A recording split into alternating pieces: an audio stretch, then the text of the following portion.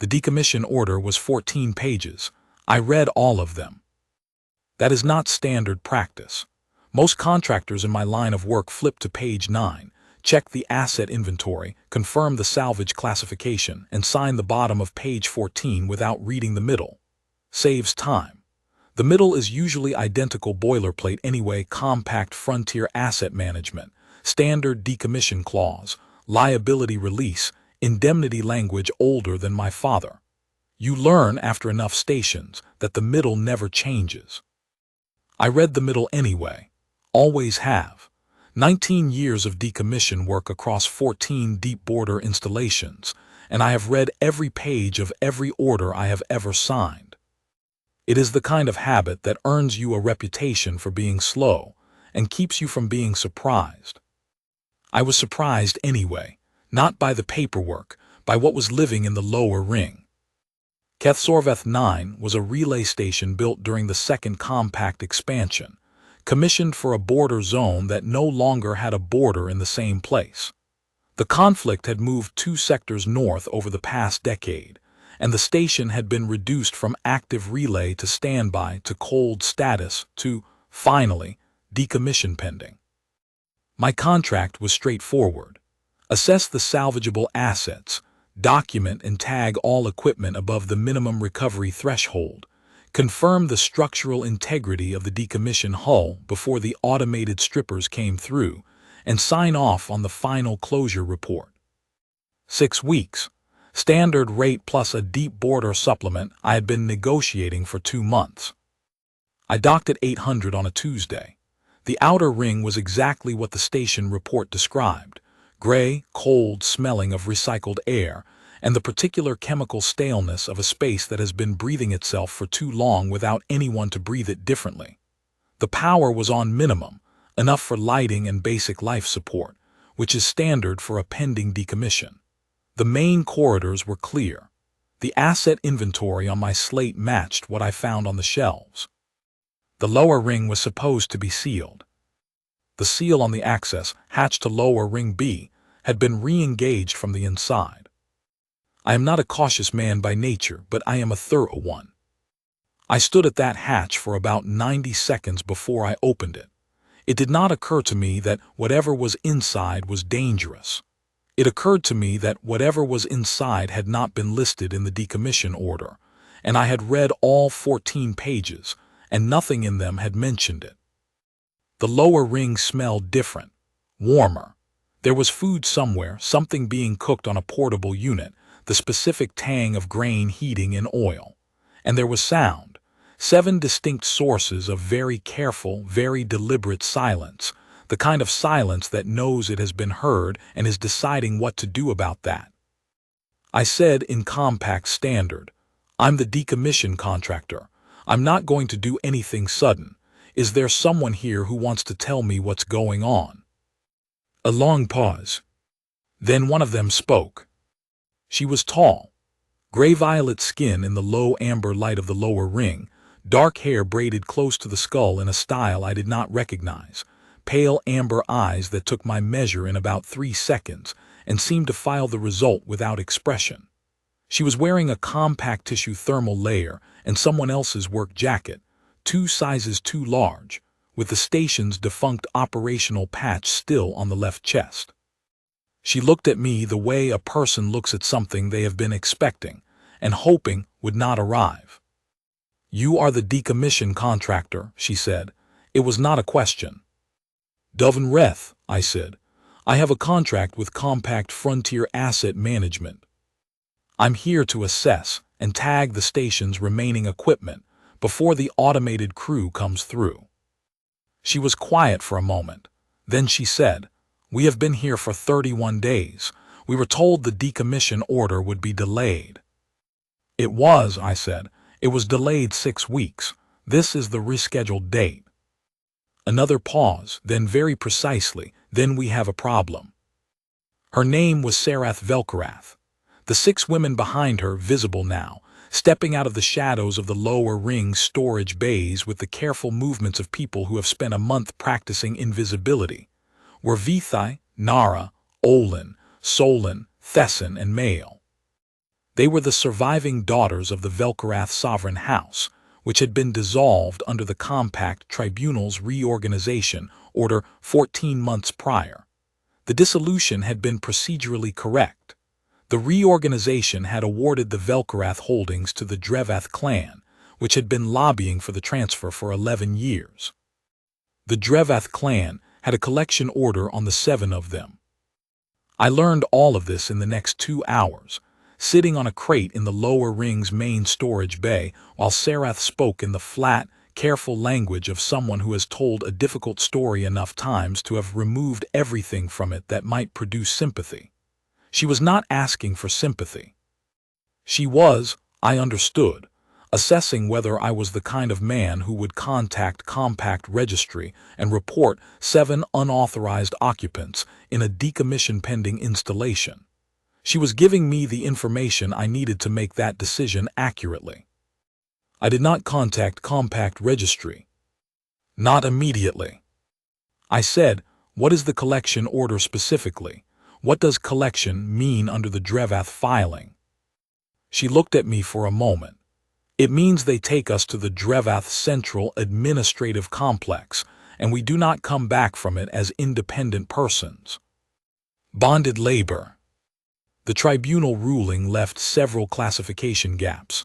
The Drevath filing exploits the largest one. We are not, under the current language, protected as independent compact persons.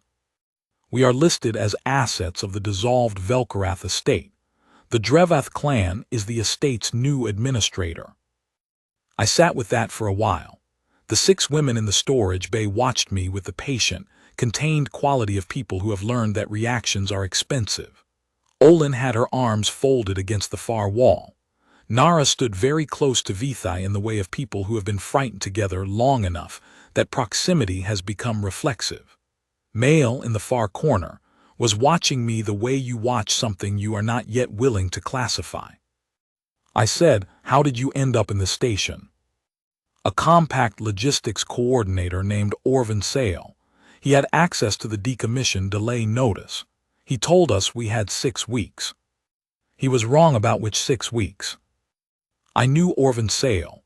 Not well, we had worked 2 installations in the same sector about 4 years back, and I had seen him at one logistics conference in the years since. He was meticulous. He would not have made the error deliberately.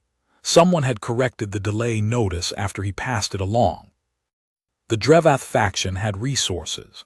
A corrected notice to flush 7 people out of a known location was exactly the kind of move you made when you had resources and patience, and no particular concern for the people you were flushing. I stood up. I said, "I need to read something." "Give me an hour." Sarath said very carefully, "What do you need to read?" "The Velcarath Compact of Sacred Protection." The silence that followed was different from the one before. The 6 women behind Sarath looked at her. She looked at me with something I could not immediately categorize, not hope, exactly. Closer to the expression of a person who has just heard a word they had stopped expecting to hear directed at them. "You know what that is," she said. "I know it exists. I read the full Velcarath dissolution order when I took this contract because the station was formerly a Velcarath relay asset and I wanted to know the full transfer history." I looked at her. "I don't know the specific text." "I'd like to." She reached into the inside pocket of the oversized work jacket and produced a document. Paper. Actual paper, printed from a portable unit, folded 4 times, worn soft at the creases from being opened and refolded many times. She held it out. I took it. I read it in 53 minutes. The Velcarath Compact of Sacred Protection was 412 years old. It had been invoked 11 times in the house's history, most recently 207 years before. The text was formal and dense, and used an archaic compact standard that required me to work through some of the clauses twice. The core of it was straightforward enough. If a member of a dissolved Velcarath sovereign line was in proximity to an unclaimed compact person, defined specifically as a person without active house bonds, institutional affiliations, or registered dependents, and that person entered the station of the house's last refuge and did not depart within the first 72 hours of entry, the compact of sacred protection could be formally invoked. The oath required consent. It was not automatic, but it was, once invoked, binding under compact law with the same weight as a registered house bond. What it meant in plain language: if I chose to invoke it and sign it, I became the registered compact protector of all 7 remaining Velcarath sanctuary women. Not one, all 7. The oath used that language specifically and at length. You could not pick among them. The protection was indivisible. What it also meant: a registered compact house bond would reclassify the 7 of them from dissolved estate assets to registered dependents of an active compact person. The Drevath collection order would have no jurisdiction. They would be compact persons again. What it cost me: everything that came with 7 dependents, legally, practically, and in every other sense. I had been without dependents for a very specific reason. My wife Sierra had died 6 years ago of a cardiac event on a routine survey posting. We had not had children. We had talked about it, and the conversation had always moved gently to the side, and then Sierra had gone to Velcarath on a 3-month contract and come back in a sealed transport container, and I had spent 2 years making sure there was not a person in the galaxy who needed anything from me. It is a specific kind of grief management. It is also, I was aware, not a sustainable long-term strategy so much as a way of not dying in the immediate term. I folded the paper along its existing creases. I walked back to the storage bay. All 7 of them were there now, grouped in the particular arrangement of people who have been living in close quarters long enough to have developed assigned positions. Sarath near the door. Vithai and Nara side by side, the youngest 2, probably late 20s, watching me with large pale eyes. Olin standing against the far wall with her arms folded, which I would later learn was her default posture and not hostility specifically. Solon and Thesson seated on a crate together. Male in the corner, small and very still, the one who would turn out to be the most dangerous in a negotiation. I held the document out to Sarath. She took it. I said, "You were about to tell me about this. When I came in, you were deciding whether to." "Yes." "What stopped you?" "You might have reported us immediately." A pause. "We have had difficulties with compact persons in positions of authority." "The logistics coordinator." "Among others." I nodded. I said, "The oath requires my consent. I want to be clear about what I'm considering, and I want you to tell me if I'm wrong. If I invoke the compact of sacred protection and sign it, the 7 of you become registered compact dependents. The Drevath collection order loses its jurisdiction. You're protected under compact law." "Yes." "And I become responsible for all 7 of you, not just legally, practically." "Yes." "That's what the document means when it says the protection is indivisible." "Yes," Sarath looked at me steadily. "That is why it has rarely been invoked. It is not a small undertaking." "No," I said, "it's not." Olin, from the far wall, said without inflection, "You should also know that the Drevath search pattern entered this sector 12 days ago. They will reach this station in approximately 8 to 11 days. "I know about the search pattern," I said. "I saw the movement reports on the way in." I looked at Sarath. "Give me 3 days to think about it." She said, "The oath allows for that. You have until the 72-hour mark in any case." "I know," I read the document. For the first time, something shifted in her expression. Not warmth, exactly. Something more like recalibration, the quiet adjustment of an estimate that had been too low. I went back to the upper ring and spent the night doing the job I had been contracted to do. Assessment, tagging, documentation. I tagged everything above the recovery threshold with the precision I bring to all of it, which is considerable. I wrote my field notes. I ate from my own supply kit. I thought about Sierra. which I do not usually do deliberately, and which I found less painful than expected, and which I decided was probably relevant information. In the morning, I went back to the lower ring. I said, "I'm going to need your help with the station systems. The power coupling in the secondary ring is failing, and if it goes, we lose heat to this section." Velcarath looked at me. "You are still here." "I'm still here," I said, "and I need help with the power coupling. Who among you has systems experience?" Velcarath raised her hand. That was the beginning of 3 weeks. What happened in those 3 weeks is difficult to summarize, without making it sound more organized than it was. We fixed the power coupling, Velcarath and I, working from either end of the secondary ring in 4-hour shifts, communicating through the internal comm system with the shorthand that develops between two people solving the same problem from different angles. She was good, better than good. She had the system's instinct that some people have and some don't, the ability to hear what the equipment is telling you rather than simply reading the output. I told her so. She looked at me for a moment and then went back to work, and I noticed that she worked with slightly more confidence after that, which I had not specifically intended but did not regret. Olin, who had said almost nothing on that first day, turned out to know the station's structural layout better than I did from a technical document she had spent 31 days memorizing. She had mapped every corridor, every hatch, every power junction, every load-bearing element in the hull that the decommission strippers would need to account for.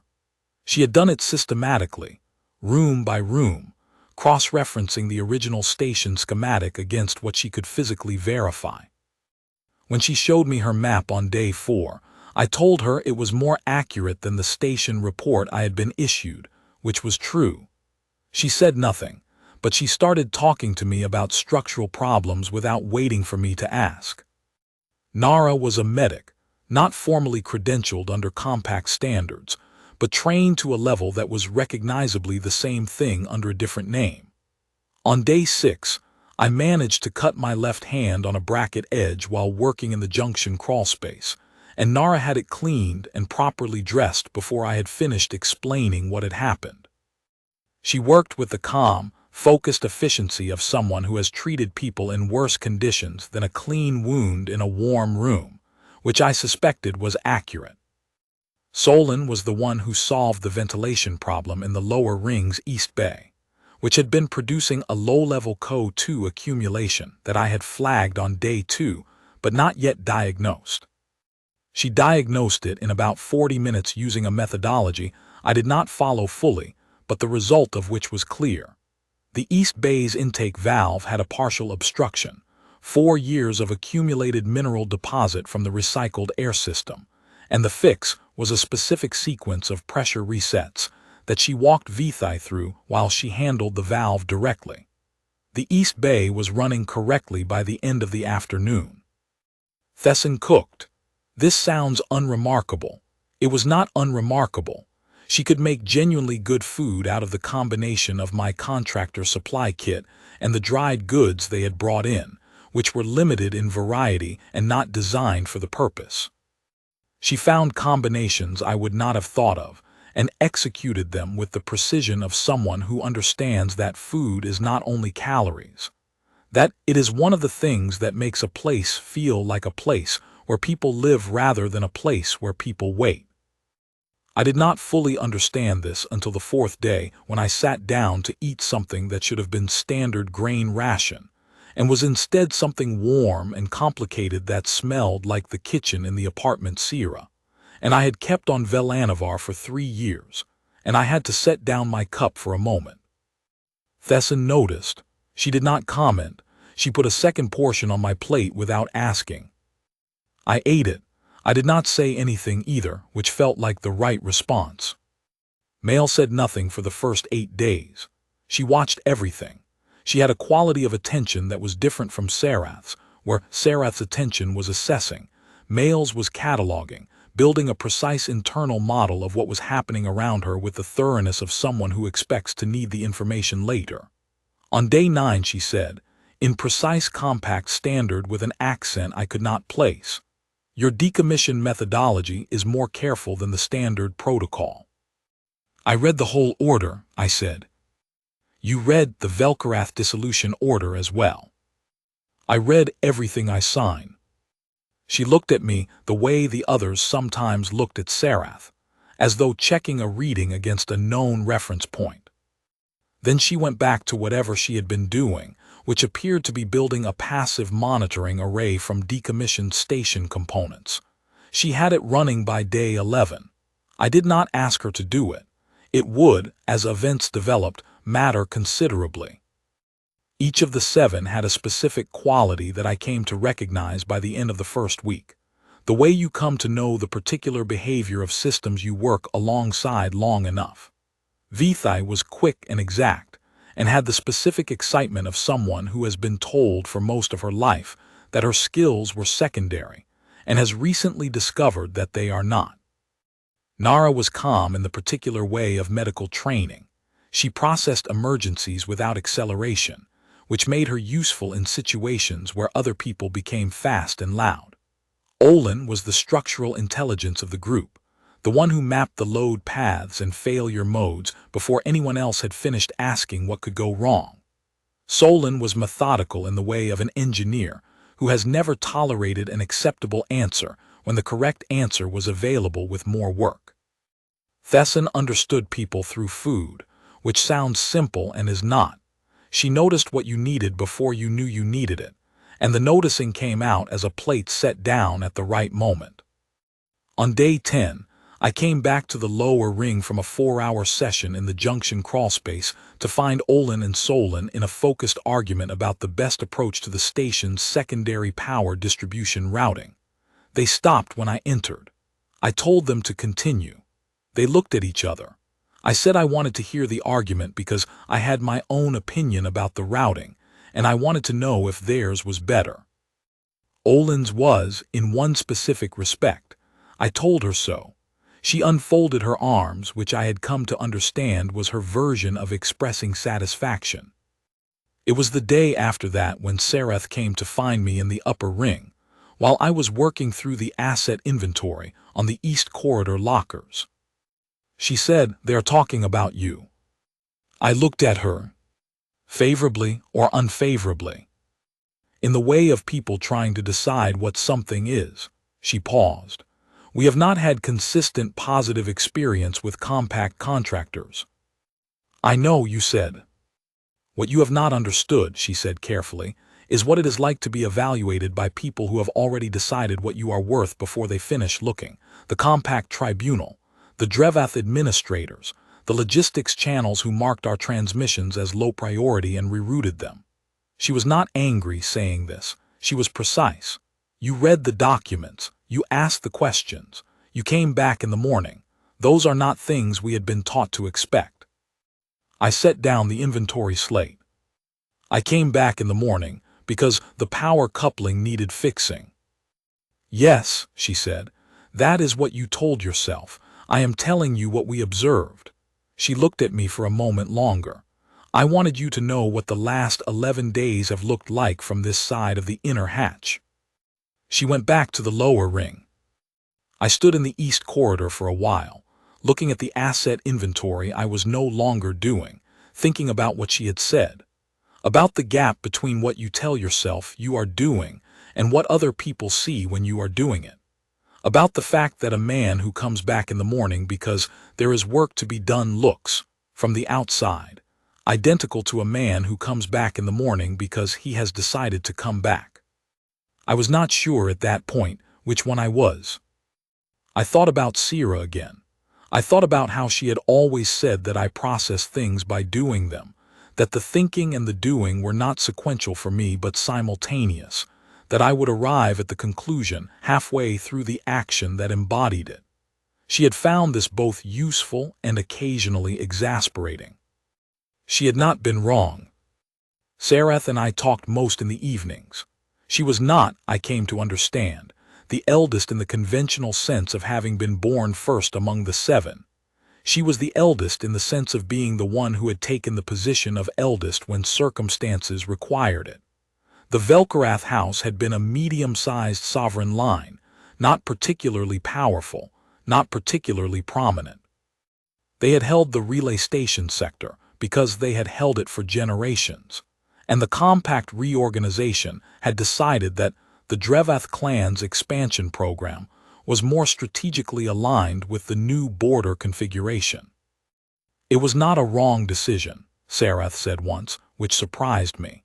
The tribunal read the geopolitical situation correctly. The reorganization made strategic sense. The classification gap that left us as estate assets rather than persons, that was either an oversight or a convenience, and I genuinely do not know which. Does it matter which? It matters to me, she said. If it was an oversight, it can be corrected. If it was a convenience, someone chose it deliberately, and that is a different problem. The oath would solve the immediate problem either way, I said. She was quiet for a moment. The station's ventilation system, working correctly now, thanks to Solon, moved air through the lower ring with a low, even sound that had become part of the ambient texture of the place. Yes, she said, but you have not invoked it. I said 3 days, I'm still thinking. It has been 9 days. I said I was thinking, I said. I didn't say I was finished. She did not press me. That was one of the things I noticed about all 7 of them, they did not press. They had spent 31 days in a decommission pending station waiting, and 12 more days with me present and not yet decided, and in that time they had learned, or perhaps had always known, that pressing does not help with the kind of problem they had. You wait. You prepare. You do the work that is in front of you. You make the ventilation correct and the power coupling functional and the food good, and you wait for the man who reads every page to finish reading.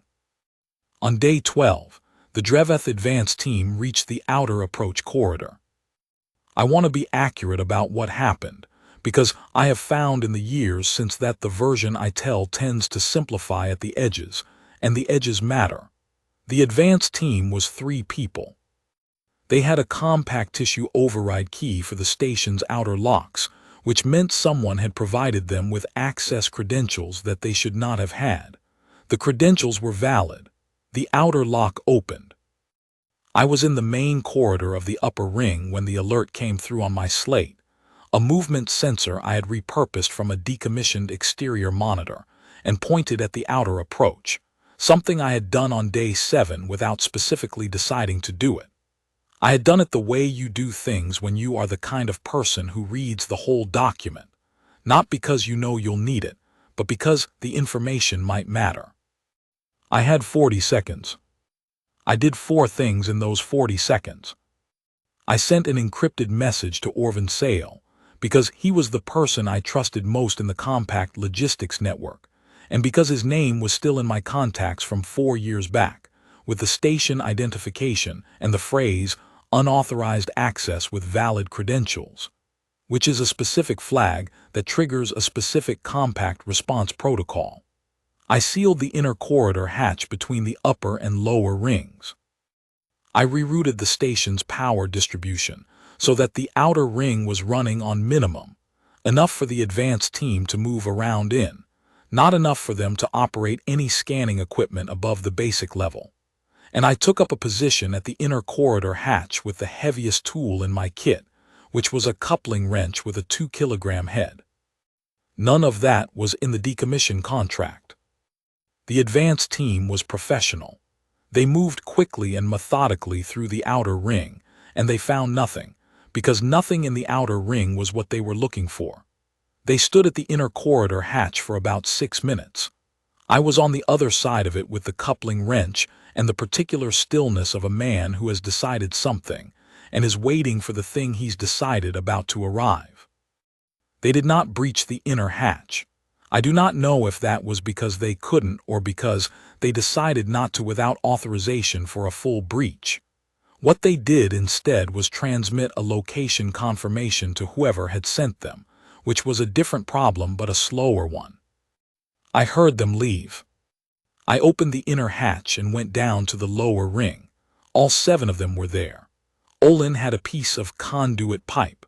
Nara had the medical kit open on the floor in front of her, with the practiced readiness of someone who has learned to have the supplies positioned before they are needed. Vithai was at the auxiliary power terminal. Mail had already accessed the advanced team's transmission on the monitoring array she had built from decommissioned components, and was reading the content with the expression of someone doing arithmetic, not alarmed, not panicking, calculating. I said, "We have time. Not a lot, but some. The compact response to my flag will arrive before their next team does if the timing holds, but it might not hold." Velcarath said, "The certification credentials." "Yes." Someone inside the compact provided them. "That's a slower problem to solve, but it means the response could be compromised." I looked at her. "I need to know right now if there's anything in the Velcarath oath that covers an emergency invocation." She was already reaching for the document. There was, Article 9. An emergency invocation could be made verbally, witnessed by at least 2 members of the sanctuary line, with written confirmation to follow within 48 hours. The verbal invocation had to include the full title of the oath, the names of all 7 sanctuary women, and the phrase of acceptance in Old Tongue Velcarath. Velcarath had written the phrase of acceptance in Old Tongue Velcarath on the inside cover of the document. She had written it in very small, very precise handwriting, the way you write something you expect to need to read to someone else quickly. She had been prepared for this. She had been prepared for this for 31 days, and then for 12 more, and she had not said so, because she was the kind of person who prepares for the thing she hopes will not be necessary and does not announce the preparation. I read the phrase twice. I said in Old Tongue Velcarath, which I mangled considerably, but Velcarath told me afterward was close enough for the oath's purposes. The full title, the 7 names, the phrase of acceptance. Then in compact standard, because it felt right to say the important part in the language where I understood every word without ambiguity. "I'm not going to leave any of you here." The silence that followed was different from any silence I had heard in the station since I arrived. It was not the careful, practiced silence of people hiding. It was something else. Vithai's hand stopped moving on the power terminal. Nara looked at her own hands for a moment. Thesson, at the galley counter where she had been standing absolutely still for the last several minutes, let out a slow breath. Olin said, very quietly and without any inflection at all, "About time." I said, "I've been thinking." "For 12 days, Olin said. "I needed to be sure," I said. She looked at me for a moment. "Are you?" I thought about Sierra. I thought about the kitchen on Velanavar. I thought about Thesson putting a second portion on my plate without asking, and Solon diagnosing the ventilation problem in 40 minutes, and Mail building a monitoring array from decommissioned components because the information might matter, and Vithai working from the other end of the secondary ring with the confidence of someone who knows what the equipment is telling her. I thought about Velcarath holding a document folded soft at the creases for 43 days, because she was the kind of person who prepared for the thing she hoped would not be necessary. "Yes," I said, "I'm sure." Mail in the corner was still looking at her slate. Without looking up, she said, "The written confirmation needs to be filed within 48 hours. "I know, I read the article." "I have prepared a form," she said, and produced it. The compact response arrived at 14 hours and 22 minutes after my flag. It was not compromised. Orvin Sale had, I learned later, personally escalated within 3 minutes of receiving my message, bypassing the standard routing that would have passed through the channels where the credentials leak had occurred. He had done it because he knew his name was in this, and he was the kind of man who corrected his own errors when he found them. The response team commander was named Sorvith Vel. He was a thorough man. He read the Velcarath Compact of Sacred Protection, or enough of it to understand what he was looking at, and then he read the emergency invocation record and the written confirmation with all 8 signatures, and then he looked at me for a long moment. You invoked it, he said. Emergency invocation under Article 9, I said. Witnessed by 7 members of the sanctuary line. Written confirmation filed within the required window. I paused. The Dreveth collection order has no jurisdiction over registered compact dependents under an active house bond. I'd suggest getting a legal specialist involved if you want to dispute it, but the oath has been upheld in tribunal 3 times. He considered this. He looked at the document again. He was the kind of person who rereads things when he is deciding something, which I recognized and appreciated. Then, the 7 women will need to come to the upper ring for processing. They will, I said, after I've had a conversation with them. He gave me 20 minutes. I went back to the lower ring. All 7 of them were watching the inner hatch when I came through it.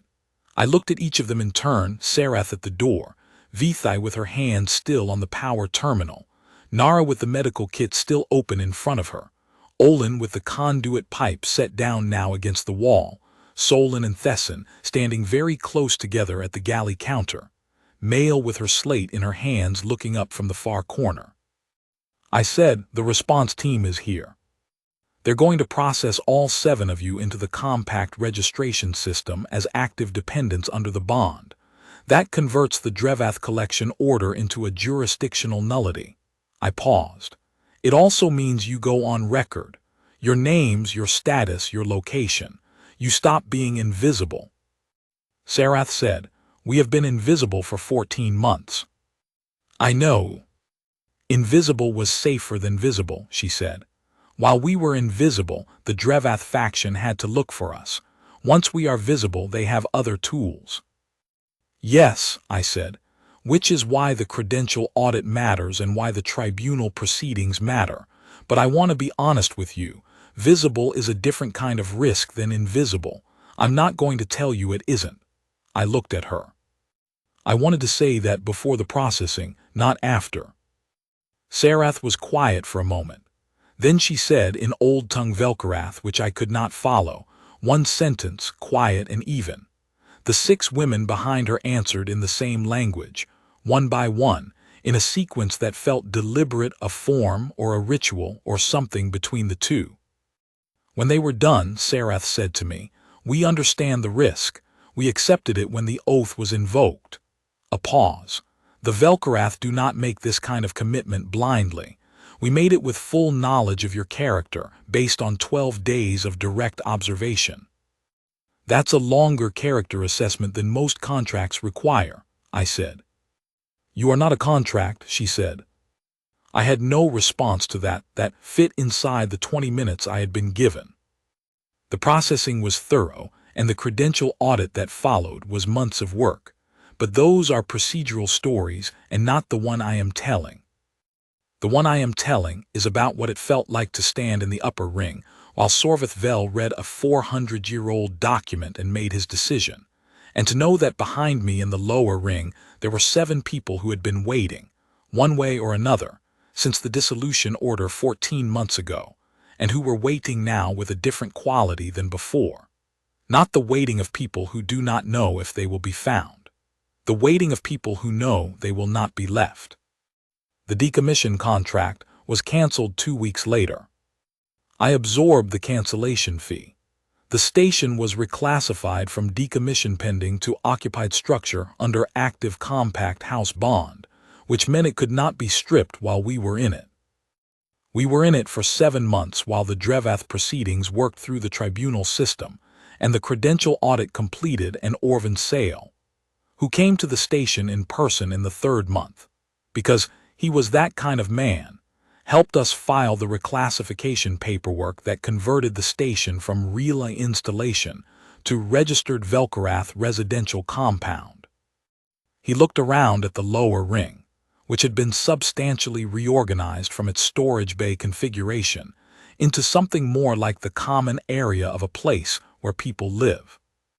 Thesson had solved the station's basic galley problem with a level of practical engineering that still impressed me. Solon had finished the ventilation system and started on the water reclamation unit. Nara had set up a medical bay in the east storage alcove, with equipment Orvin had helped requisition through a compact medical provisioning channel, the first of several things he had quietly arranged from the outside. Olin and Vithai were in the process of restoring the secondary comms array, which would give the station a direct link to the compact relay network and make everything from medical consultations to tribunal proceedings significantly more manageable. Mail was at a desk in the corner working through the Drevath facility's public administrative filings, looking for the credential source, which she would find 4 months later and which would produce 2 of the 3 disciplinary proceedings. That is a different story. Orvin stood in the doorway of the lower ring for a long moment without speaking. He had known the Velcarath were here. He had put them here in a sense, even if inadvertently, but knowing it and standing in the room where it had resolved were, I could see, different experiences for him. Sarath looked up from her documents. She and Orvin regarded each other across the storage bay with the particular quality of 2 people who share a complicated account. She said, "You came." I said I would, Orvin said. "I'm sorry it took 3 months. The audit required it," Sarath said. "I understand procedural necessity." A pause. "I'm also glad you came." Orvin nodded. He looked at me. "You read the whole Velcarath oath document." "I read everything I signed," I said. He seemed to find this significant in a way I did not entirely follow. "I know," he said. "That's why I gave you this contract." I looked at him. The contract was assigned through standard rotation. The standard rotation assigns contractors to installations based on availability and classification match, Orvin said. I had override authority on deep border installations. I used it. He held my gaze evenly. I needed someone who would read the whole document. I considered that for a long moment. Then I said, "You could have told me." "If I had told you, you would have made a different decision," he said, "or the same decision for different reasons. I wanted you to make it for the right ones." He looked around the lower ring again. "Which you did."